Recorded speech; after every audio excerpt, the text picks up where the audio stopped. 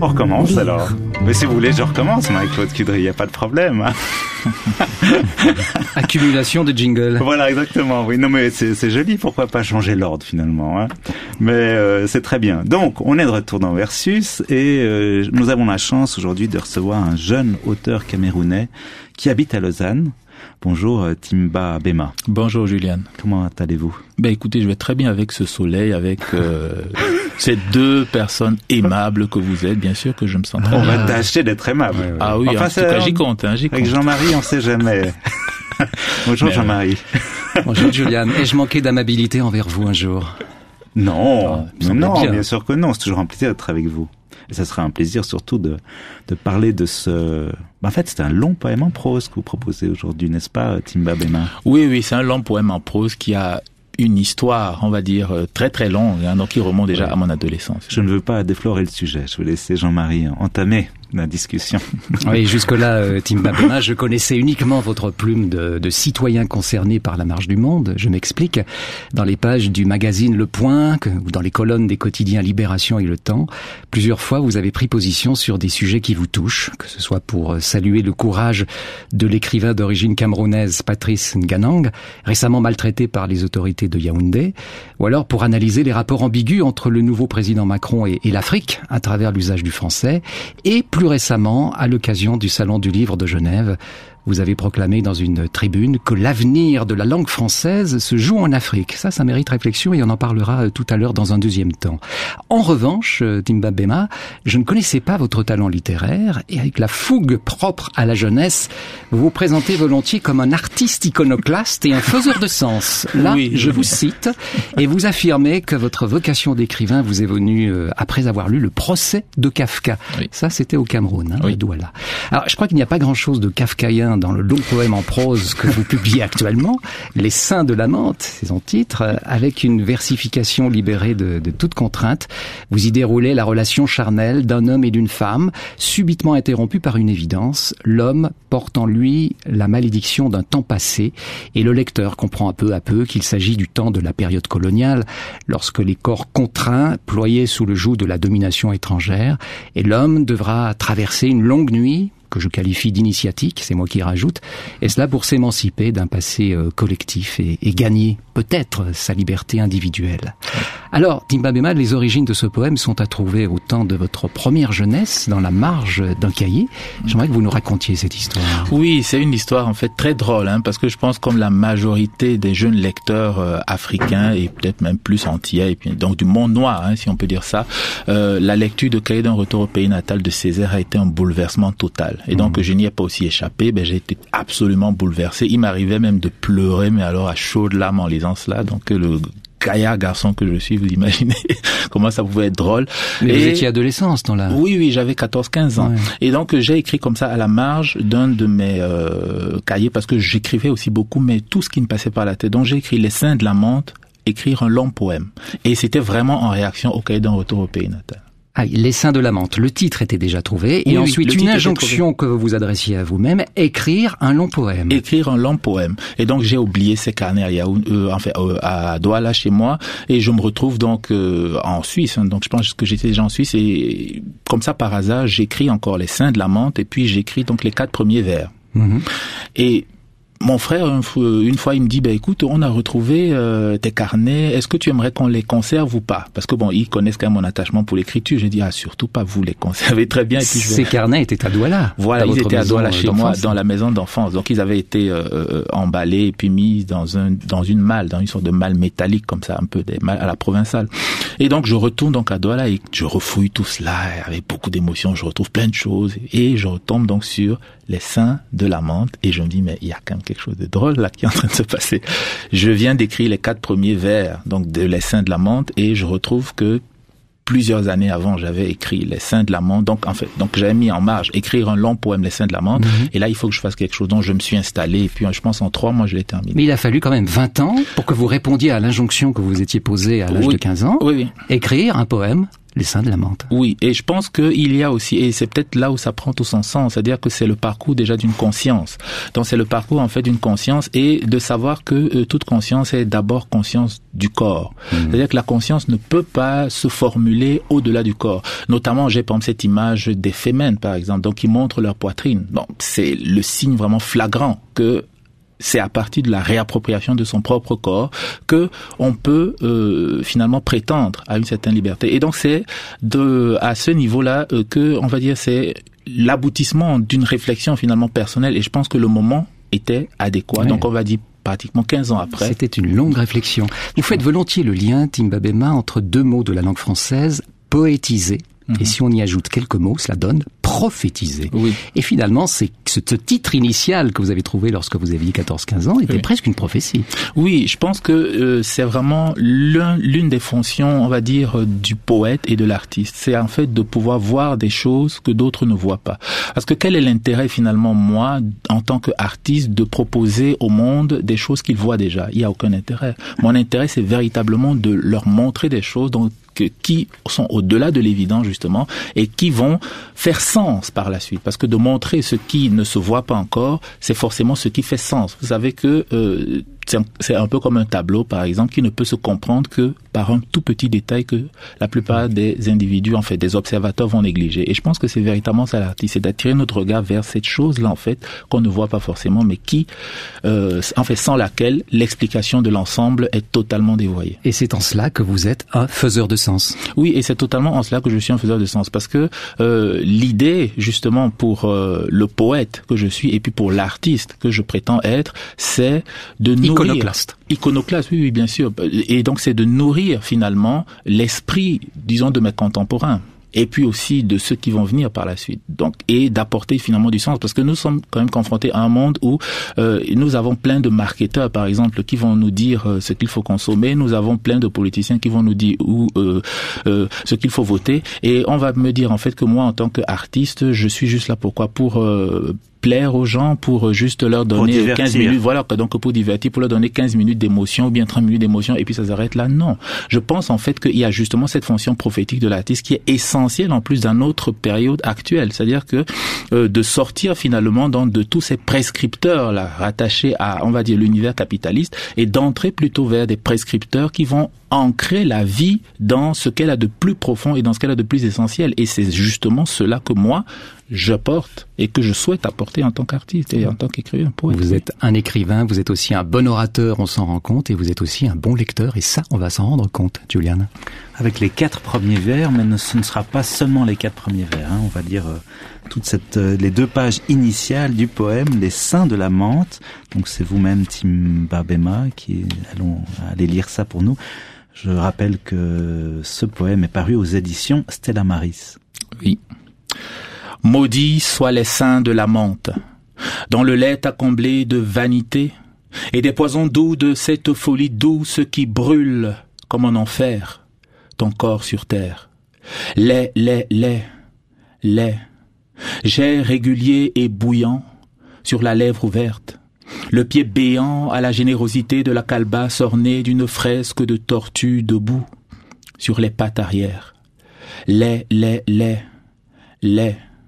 Elle est partie dans les steppes du Nord, par le train de midi bondé de jeunes gens, des étudiants pour la plupart, le visage doucement appuyé sur la crasse de la fenêtre mélancolique. Ton corps dans ses yeux s'est enfumé peu à peu.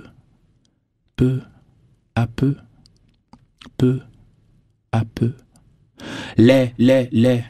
Sa route, avait-elle dit, devait bifurquer de la tienne.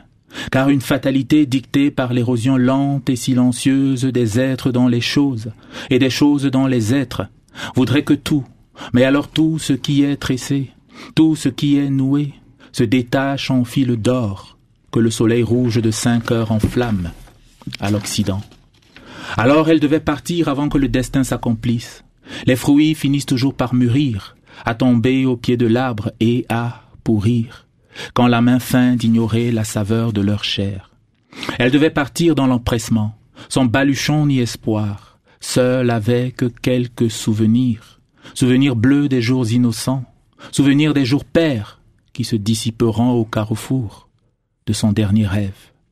Partir, partir, partir, partir. La survie en milieu hostile est un devoir qui surpasse l'amour. S'arracher dans les cris et la douleur pour se greffer ailleurs, dans une oasis au milieu du désert, car le cœur, cet organe d'argile, sur un tour, peut être remodelé, pour peu qu'on lui délivre jour après nuit sa ration d'eau et de cendre.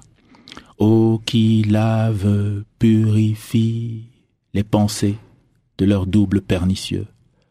Cendres qui couvent, prémunissent les visages de leur propre reflet.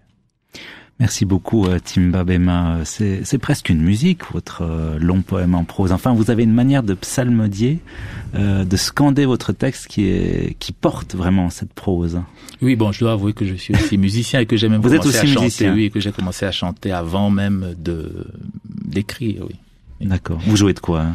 Je joue de plusieurs instruments. Je joue des percussions. Je joue aussi du saxophone. D'accord. Oui. On va y revenir. J'y entends aussi dans la manière dont vous avez interprété ce texte, magnifique. C'est vraiment en effet psalmodie, mais moi ça me rappelle plutôt une technique plus contemporaine que la psalmodie, c'est le slam. Oui, j'y ai pensé aussi. Mais bien d'accord. Oui, bien sûr.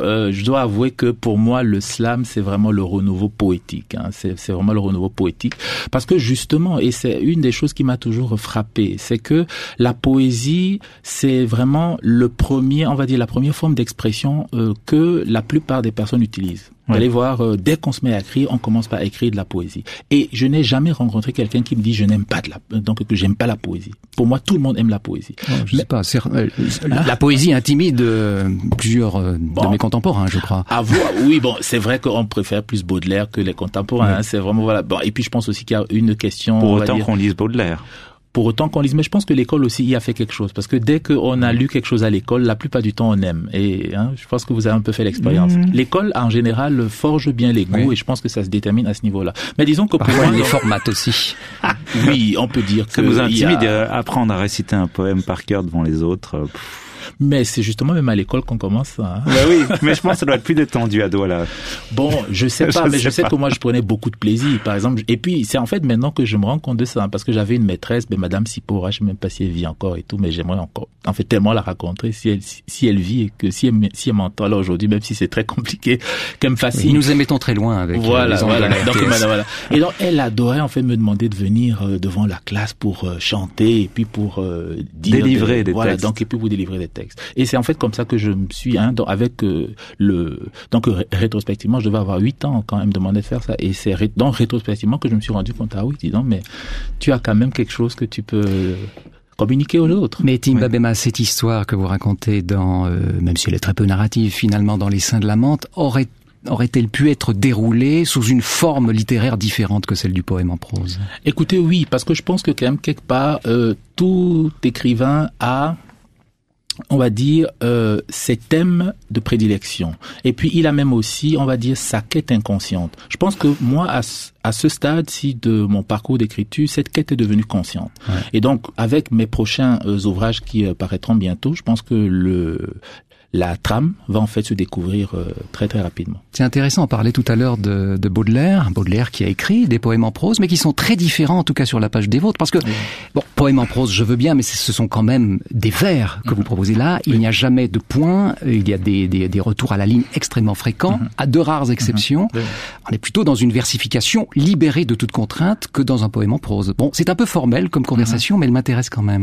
Oui, je pense que c'est aussi, parce que il faut aussi voir la question de la liberté, parce que forcément si le thème central du poème c'est la liberté, donc le parcours d'une conscience vers sa propre libération, il était quand même aussi clair que au niveau de la forme aussi je me rapproche, disons, de quelque chose qui me libère plus ou moins. Et c'est justement donc là où c'est là où la prose en fait entre en jeu. Mais la prose n'est pas aussi libérée que ça, parce que elle reprend un rythme. C'est-à-dire qu'elle a besoin quand même d'un rythme. Et je pense que c'est ce rythme en fait, voilà. Donc ce rythme, cette structure, par exemple, qu'on ressent très bien dans le parcours du slam, par exemple, dont je me suis relativement inspiré aussi pour bien caler le rythme, mais il y a aussi justement le fait que je sois un chanteur aussi, et donc qu'il fasse à ce que la rythmique, disons, soit très importante dans la manière d'appréhender le texte. Et aussi, en écrivant même le texte, j'avais pensé déjà aussi à sa déclamation, donc à vraiment le présenter. Et donc forcément, c'est une autre contrainte, on va dire, beaucoup plus personnelle. C'est dire que vous l'avez écrit à haute voix dans votre gueuloir personnel. Oui, disons là, que on passe de Baudelaire à Flaubert. Oui, voilà. Donc il y a forcément deux phases. C'est-à-dire qu'il y a toujours la phase en fait la plus silencieuse, donc où on écrit simplement, et puis il y a la phase justement où on gueule, et il y a vraiment la phase où on interprète. Parce que pour moi, le gueuloir c'est une chose, mais il y a aussi l'interprétation.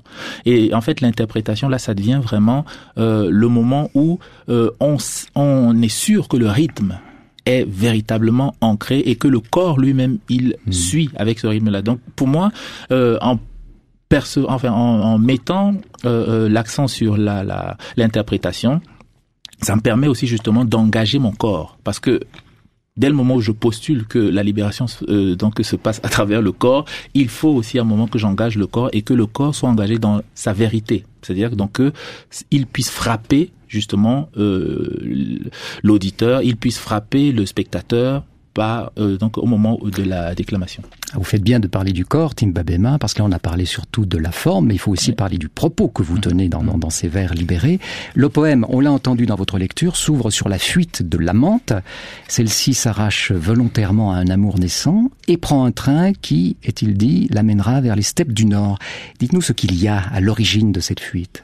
Oui, disons ce qui est à l'origine de cette fuite, c'est déjà l'intuition, l'intuition féminine. Je suis absolument convaincu que les femmes ont une conscience beaucoup plus poussée que les hommes.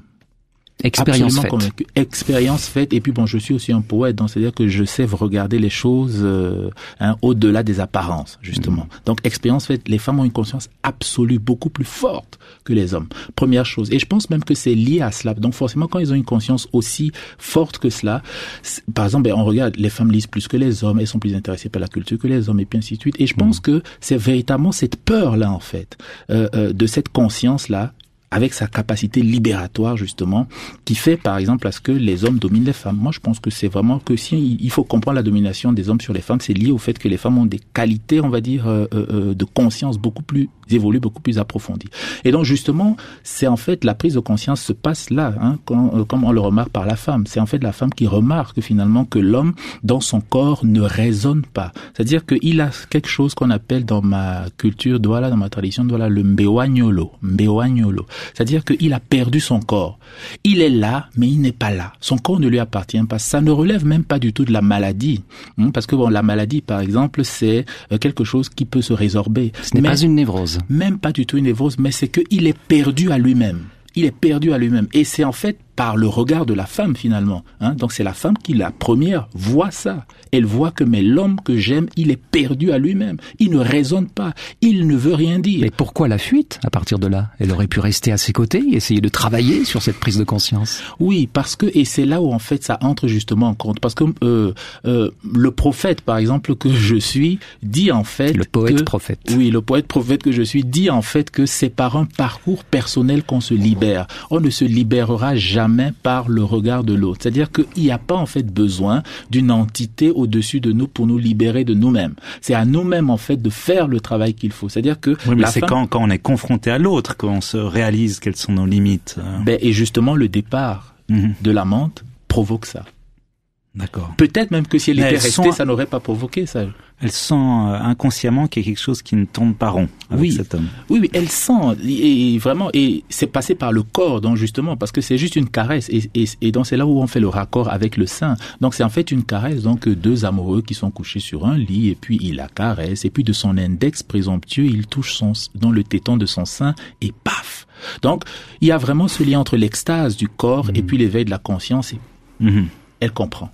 Cet homme, il est voué à la perdition. On pourrait calculer le nombre de fois que vous avez prononcé le mot corps et le mot conscience depuis le début de cet entretien. Et vraiment, votre poème en prose, tourne autour de ces deux mots, essentiellement. Oui, c'est essentiellement autour de cela. Avec vraiment cette idée que toute conscience est conscience du corps. Dès qu'on oublie son corps, on devient esclave. Ça, c'est sûr et certain. Ce qui rend aussi esclave cet homme qui n'en a pas conscience, c'est le passé collectif de ceux qui l'ont précédé. Oui, justement, donc que ce passé collectif. Ce qu'il faut pas aussi oublier, c'est que, par exemple, la plupart des civilisations africaines, ce sont des civilisations du corps d'abord. C'est-à-dire que, par exemple, au moment où vos ancêtres, par exemple, ici en Suisse, étaient totalement emmaillotés, corsetés, et puis ainsi de suite, voilà, corsetés. Mais les miennes avaient les seins en l'air, les fesses en l'air, voilà, quoi, ils étaient libres. Quoi. Je veux dire que quand je vois par exemple, les femmes lutter pour mettre le bikini alors que mes ancêtres mettaient déjà le bikini, moi je rigole juste. Donc justement, ce qui se passe en fait, c'est que en rencontrant 2 siècles avant la civilisation européenne, ben justement, elle en fait amène finalement l'Africain à avoir honte de son corps. Alors Timba Bema, on va vous remettre à contribution, on va profiter de votre talent de slammer, parce que la fuite de la menthe rend l'homme un peu plus conscient de sa privation de liberté dans un corps qui n'est pas vraiment le sien. Et j'aimerais maintenant que vous nous lisiez une page des Saints de la menthe dans laquelle il est fait allusion aux multiples signes de cette malédiction venue d'un passé relativement proche. On vous écoute. L'ancien monde devait mourir, ébranlé par le coup d'une sagaie, qu'une main, invisible et sûre de son geste, avait lancé quelque part dans une oasis ronde et sucrée. Mais, aveugle comme tu l'étais, tu te refusais à l'évidence des formes. Sourd comme tu l'étais, tu te refusais au palpitement des astres. Sinon, tu aurais compris de bonne heure que tu es l'animal qui s'épanouit et en se nourrissant du sang de ses semblables. Tu refusais de voir et d'entendre la clarté matinale des cygnes, au contraire de la menthe, qui pressentait déjà un écoulement, souterrain, certes encore diffus dans les rouages de son esprit, mais assez bruyant, assez massif pour immédiatement sonner l'alarme. Un écoulement qui allait longtemps ployer dans le mystère, jusqu'au soir où, jugeant ses seins de la caresse de ton doigt, son corps soudain fut traversé par l'électricité d'un frisson qui acheva de dessiller ses yeux, ses oreilles et son esprit. D'abord, elle avait senti naître l'impulsion dans son téton et descendre en fourmillement le long de sa cuisse, redressant porc-épic son duvet généreux, avant de terminer sa chevauchée au seuil de son pied. Pied nu, pied transi, qui soudain se frottait à l'autre, pour avoir du répit, pour soulager les veines. Alors le courant passa dans l'autre jambe, lui remonta la cuisse pour se loger au cœur de son énigme.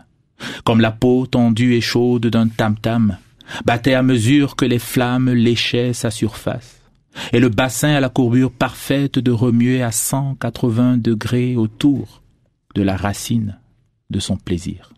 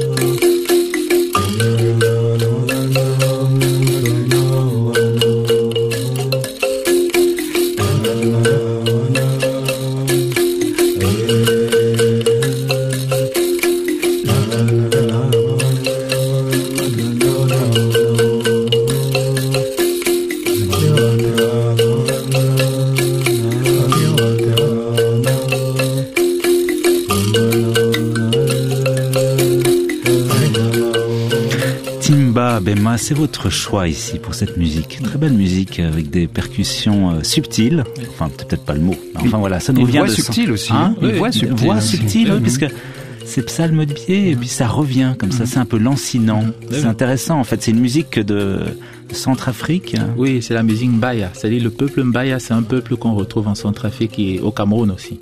D'accord. Et pour moi, c'est le sommet, on va dire le sommet de la musique classique africaine. Ouais. C'est vraiment le sommet. Et il y a comme cela des grandes pépites. Moi, je mets ça au même titre que les Nocturnes, par exemple, de Chopin, que j'adore aussi. Ah oui. Et justement, voilà. Mais c'est vrai que c'est un peu la même chose. C'est un effet berçant. Oui, c'est vraiment un effet berçant. Et c'est aussi hypnotique même. Hypnotique, justement. Et puis très poétique aussi, forcément. Donc, et c'est aussi, je pense que c'est une ouverture aussi très intéressante, et même pour beaucoup d'Africains, de découvrir, en fait, que la musique en Afrique n'est pas seulement dansante, mais qu'il y a aussi une musique pour la réflexion, pour la spiritualité. Et justement, les Mbaya, pour moi, ce sont les maîtres. Après les avant les Ouldémé, bien sûr. Ce sont les maîtres de la grande musique classique africaine. Gardons les priorités et les préséances. Je sais, Timba Bema, vous me l'avez écrit, que cette musique vous a accompagné pendant la rédaction des Saints de la Menthe. Oui, parce que j'avais justement besoin, et même je me suis mis, donc j'ai même aussi acheté une sanza. Donc l'instrument qui joue, c'est une sanza, c'est-à-dire c'est fait en fait avec des lattes en métal et avec une caisse de résonance, et puis il y a quelques glis-glis en ferraille, donc qui fait ce petit bruit éraillé comme ça. Oui. Et donc j'ai dû en acheter aussi un instrument, donc pour m'y mettre aussi, parce que ça me permettait justement de travailler sur le rythme et puis de replonger aussi vers, on va dire, un univers culturel très profond qui, je l'espérais, m'inspirerait donc lors de la rédaction du poème. Vous avez besoin d'être un peu en transe comme ça quand vous écrivez, parce que aussi quand vous lisez, vous êtes presque un peu en transe, je trouve. Donc ça a l'air d'être un fil conducteur. Je sais pas si le mot transe je l'aurais repris, mais j'ai l'impression que vous êtes un peu dans la situation du prêcheur. Oui, sur sa chair presque. Oui, il y a des accents. C'est très, oui, je pense que c'est cet ordre-là. Oui, parce que en fait quelque part, ce que je suis en train de faire, c'est que il y a, disons, un art oratoire qui s'est développé chez moi dans mon peuple les Douala, et qui est très inspiré, par exemple, de la diction de Martin Luther King. Donc, et par exemple, j'écris aussi de la poésie dans ma langue, le Douala, et quand je la déclame, on m'a déjà fait la remarque qu'on a l'impression d'entendre Martin Luther King. Donc, je pense qu'il doit y avoir quelque chose comme ça qui se communique aussi en français, et puis ainsi de suite. On revient au fond, aux propos que vous tenez dans ce long poème en prose, Timba Bema. L'ancien monde devait mourir ébranlé par le coup d'une sagaie. C'est le premier vers du texte que vous venez de nous lire. Ancien monde, je précise à l'égard de nos auditeurs, écrit avec 2 majuscules. A majuscule, M majuscule. Oui. Qu'est-ce que l'ancien monde? Oui, donc justement, c'est cette prétention-là, c'est cette folie qui pensait qu'il est possible d'enrayer une humanité en seulement 2 siècles. Et donc, il y a une humanité africaine. Par exemple, quand je venais, en conduisant, je me suis justement posé la question. Quel est, par exemple, l'animal légendaire du monde indo-européen? C'est le dragon. On retrouve le dragon partout. En Chine, en Europe, partout. Et quel est l'animal légendaire du monde africain? C'est le serpent. C'est vrai qu'entre le serpent et le dragon, on voit déjà les similitudes, mais il y a quand même un serpent d'une part et puis un dragon d'autre part. Donc ça veut quand même dire que 2 siècles d'histoire n'ont pas pu enrayer cela. C'est encore resté là. Et on peut prendre encore plein d'exemples. Il y a par exemple une autre chose, quand même on prend les mythes. Quand on prend les mythes, par exemple, indo-européens, qu'est-ce qu'on remarque? En fait, on remarque que, disons, le cœur du mal, le mal en fait vient, disons, du garçon, donc du fils, ou alors du fils qui tue son père pour épouser sa mère. Grosso modo, voilà. Ou c'est mythologique plutôt. Voilà, mythologique plutôt. Et quand on va par exemple dans le monde africain, ça devient très intéressant parce qu'on se rend compte que c'est plutôt le frère qui tue son frère pour prendre l'héritage du père. Ouais. Donc, 2 siècles de colonisation n'ont pas pu enrayer ça. Donc, on pensait justement que cet ancien monde-là pouvait disparaître, mais il semble que l'humanité africaine est encore totalement, disons,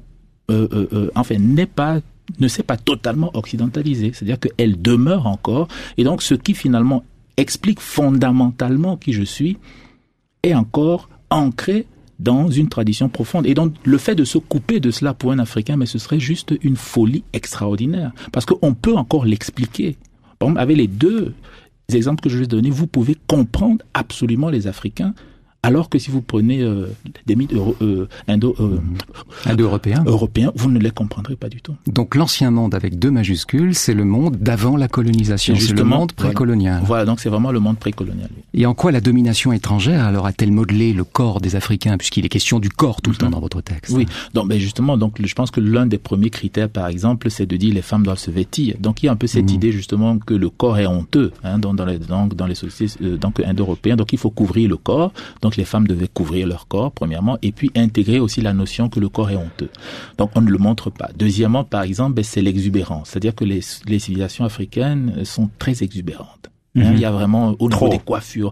Oui, même on peut dire, je pense que peut-être même trop, en fait, peut-être que c'est le climat, de l'homme blanc. Oui. Enfin, pourquoi pas, disons que. Mais en tout cas, il y a une grande exubérance, il y a une grande générosité comme ça, c'est-à-dire qu'on y va, on exprime vraiment les choses. Et il y a aussi justement donc cette idée qui dit non, mais il faut que vous entrez dans une retenue. Par exemple, pour ceux qui ont été protestantisés, je peux dire ça, donc évangélisés par les protestants, voilà. Dans notamment la mission de Bâle, Suisse, donc il a quand même fait aussi un travail d'évangélisation très important, donc dans ce cloisonnement du corps là. Et en fait c'est ça. Donc ce qui est quand même drôle, parce que ce qui se passe, c'est que en même temps justement que l'Europe est en train de se libérer par les Lumières, ce qu'elle produit dans l'autre monde, donc dans le monde par exemple africain, c'est en fait le cloisonnement des corps. Donc le cloisonnement des corps pour un certain besoin de domination. Donc votre narrateur, on y revient, ça fait longtemps qu'on n'en a pas parlé, le narrateur celui qui se dit tu finalement, qui s'adresse à lui-même des seins de la menthe, essaie de retrouver son corps d'avant, son corps personnel, mais peut-être aussi son corps social, plus collectif. Oui, je pense qu'il y a véritablement cette idée-là que c'est d'abord en se retrouvant soi-même que le lien avec l'autre est possible. Je pense que on peut faire plein d'exemples. C'est vrai que je vous donne un exemple simple. Vous avez un ami qui est mal dans sa peau et puis ainsi de suite. S'il espère, par exemple, que c'est parce que l'autre va lui taper sur l'épaule que ça va aller mieux, on est quand même d'accord que ça n'ira jamais mieux. Ça va peut-être être... C'est déjà un geste d'empathie. Oui, c'est un petit sparadrap, mais ça ne règle pas l'affaire. Je pense qu'il y a toujours ce besoin-là de reprendre d'abord soi-même en charge son corps, et c'est quand on reprend soi-même en charge son corps que la relation avec l'autre devient beaucoup plus apaisée, beaucoup moins complexée, et puis finalement beaucoup plus joyeuse, et même pourquoi pas heureuse. Y a-t-il dans votre propos, Timba Bema, et dans votre poème finalement, dans votre démarche littéraire, une sorte d'idéalisation de l'Afrique d'avant la domination étrangère? Non, pas du tout, justement, et parce que ça aurait été quand même l'un des travers, on va dire, les plus désastreux si c'est répandu quand même. Un individu. Non. Moi, je pense que je suis absolument postmoderne. C'est-à-dire que je suis absolument postmoderne, c'est-à-dire que j'intègre la complexité du monde, j'intègre la complexité des individus. Ce qui se passe simplement, en fait, c'est qu'à un moment, je regarde, on va dire la narration profonde. En fait, j'essaie de regarder vraiment les lignes les plus structurantes d'une Afrique, d'un individu africain, d'un être africain. C'est vraiment ça que je regarde. Et en fait, quand je les observe, je me rends simplement compte que elles sont encore africaines. Avec, par exemple, les deux exemples que je vous ai donnés. C'est-à-dire que l'être africain ne peut se comprendre que par rapport à ce genre par rapport à ce type d'idée-là. Et donc, c'est ce constat, simplement, qui m'amène donc à me dire, ok, maintenant donc que je suis conscient de la complexité du monde, comment est-ce que je peux réconcilier cet individu avec lui-même? J'aurais voulu parler de la complexité du monde encore pendant un bon moment avec vous, mais je vois que l'heure tourne. On a encore un peu de temps. Oui, j'aimerais quand même qu'on signale à nos auditeurs que Timba Bema, vous êtes très actif aussi au sein de la revue des citoyens des lettres. Ça, c'est une revue en ligne. De quelle nécessité, de quelles envies est née cette revue? Là, on quitte les seins de la menthe, mais on est toujours dans le domaine de la littérature. Oui, on est toujours dans la littérature. Oui, bon, écoutez, c'est en fait quelque chose de simple. C'est-à-dire que j'étais un peu horripilé de me rendre compte que chaque fois qu'il y avait des concours littéraires, les écrivains, on va dire novices ou bien amateurs, étaient confrontés avec des professionnels. Donc ceux qui avaient déjà publié des livres et puis ainsi de suite. Puis je me suis dit, pourquoi ne pas avoir un espace en fait simplement dédié à ceux qui sont encore en train d'affiner leurs plumes, simplement. Voilà. Donc c'est vraiment l'idée de base de la revue des citoyens des lettres. C'est donc une démarche très généreuse à l'égard de ceux qui ne trouvent pas forcément des éditeurs. Voilà, donc justement. Mais dans toute la francophonie. Dans toute la francophonie, et je pense que nous sommes la seule revue à avoir cette ambition-là de le faire dans toute la francophonie. Donc justement avec cette idée de décloisonner au niveau des pays, des nationalités et de partir de la langue comme étant un élément fédérateur pour tous ces individus. Et puis on essaie de faire aussi un travail professionnel, c'est-à-dire que l'idée quelque part c'est que toute personne finalement qui soit impliquée dans la revue des citoyens des lettres puisse s'accomplir à l'intérieur de cette revue en réalisant par exemple certains projets qu'elle n'aurait pas pu faire dans une association beaucoup plus structurée, beaucoup plus connue et puis réputée par exemple.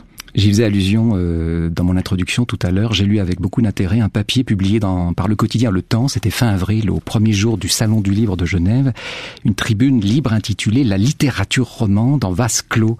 Et vous y qualifiez de protectionniste l'édition telle qu'elle se pratique dans notre coin de pays. Il faudrait que vous nous expliquiez pourquoi l'édition romande est-elle protectionniste. Oui, bon, on comprend très bien qu'avec un voisin, je pense que l'édition, ce n'est qu'un seul donc c'est un seul des espaces, on va dire, économique, si on veut le prendre sous ces dimensions-là. Donc, si on le prend l'édition, c'est toute une chaîne du livre, hein. Oui. Plusieurs corps de métier. Oui. Disons que je veux d'abord le prendre comme, disons, un espace économique. Et donc, en tant qu'espace économique, la Suisse, par exemple, c'est un pays qui se construit, hein, qui doit en fait sa vitalité par l'exportation. Et donc, je ne vois pas en fait pourquoi est-ce que l'édition, elle aussi, ne pourrait pas s'ancrer dans cette logique économique de la Suisse. Donc, c'est comme ça que la Suisse est performante, c'est comme ça qu'elle gagne. Et donc, l'édition, à mon avis, doit penser aussi de manière, on va dire, beaucoup plus offensive, la conquête de d'autres marchés. Au lieu simplement, par exemple, donc, de subir le contre-coup, on va dire, de l'édition française qui, elle, justement, est conquérante et qui pousse finalement l'édition suisse à être un peu plus protectionniste. Et la deuxième chose aussi que je voulais dire à travers cet article, c'est de dire qu'il y a énormément de talent dans ce pays. Et donc que la Suisse, en fait, ne devrait pas du tout, parce qu'elle est petite, ou alors la Suisse romande, parce qu'elle est petite, se sentir, on va dire, défavorisée. Non, il y a énormément de talent dans ce pays. Oui, on s'en rend compte et on les invite régulièrement à ce micro. Voilà, et que ces talents, en fait, peuvent, sans problème, s'imposer à l'étranger. Oui, c'est un problème de distribution aussi. Hein. La chaîne du livre est complexe à travers les frontières. Et donc c'est à cette ambition que moi j'appelle simplement. Donc à cette ambition donc d'être beaucoup plus offensif, de la même manière que la Suisse réussit à être un très bon pays exportateur, par exemple. Ouais. On est le premier pays à faire du chocolat, alors qu'on n'a pas de cacaoyer en Suisse. Donc on peut très bien aussi, alors qu'on a des écrivains en Suisse, être un des grands acteurs du monde littéraire. Oui, mais vous savez comme moi, Timba Bema, que les livres ne s'exportent pas aussi bien que le chocolat, les horloges ou les machines-outils. Il y a aussi un problème d'objets. Soyons ambitieux, Jean-Marie Félix. Très bien. Et d'ailleurs, vous reprochez un peu aux éditeurs du coin de ne pas publier suffisamment d'auteurs africains. Oui, je pense, parce que c'est un peu comme je vous l'ai expliqué tout à l'heure. C'est-à-dire que la Suisse, par exemple, est arrivée au Cameroun. Donc la Suisse est arrivée au Cameroun à travers la mission de Bâle. Voilà. Donc elle a eu une grande influence, par exemple, qu'elle a exercée au Cameroun, notamment à travers l'évangélisation. Il y a par exemple tout un ensemble d'archives, que ce soit des masques, que ce soit des objets rituels, cultuels, que ce soit même des photos, donc qui nous dévoilent cette époque-là. Grâce à cette mission de Bâle. Donc, s'il n'avait pas fait ce travail, aujourd'hui, peut-être on n'aurait même pas eu accès à ce type de documents. Donc, maintenant, l'histoire de la Suisse, quelque part, elle est liée déjà à ces territoires. Donc, ceux qui peuvent penser que, ok, parce que la Suisse n'a pas colonisé, alors il n'y a rien, mais non. Et peut-être même pour la petite histoire, il y a eu des rencontres entre des ambassadeurs suisses et français où les ambassadeurs français voulaient vendre le Cameroun à la Suisse. Mais ça n'a pas abouti. Voilà. Vous avez bien fait, Timba Bema, de m'envoyer un petit mail il y a quelques semaines pour me dire mon livre sort, j'aimerais bien en parler sur les ondes de la RTS. On a découvert un auteur aujourd'hui, on a découvert une conscience, on a découvert un corps aussi assez athlétique. Bref, on a découvert quelqu'un, une belle personnalité. Et on se réjouit de pouvoir lire votre prochain roman qui paraîtra d'ici quelques mois. Hein, on garde encore le secret, mais ça vient. Si nous sommes toujours là, on vous invite. Merci. L'engagement est pris. Pour l'heure, on va renvoyer nos lecteurs à votre poème en prose, hein, Les Seins de l'amante, paru aux éditions Stella Maris. C'était vraiment un plaisir de vous accueillir aujourd'hui et merci aussi à vous, Jean-Marie. On vous retrouve ces prochains jours.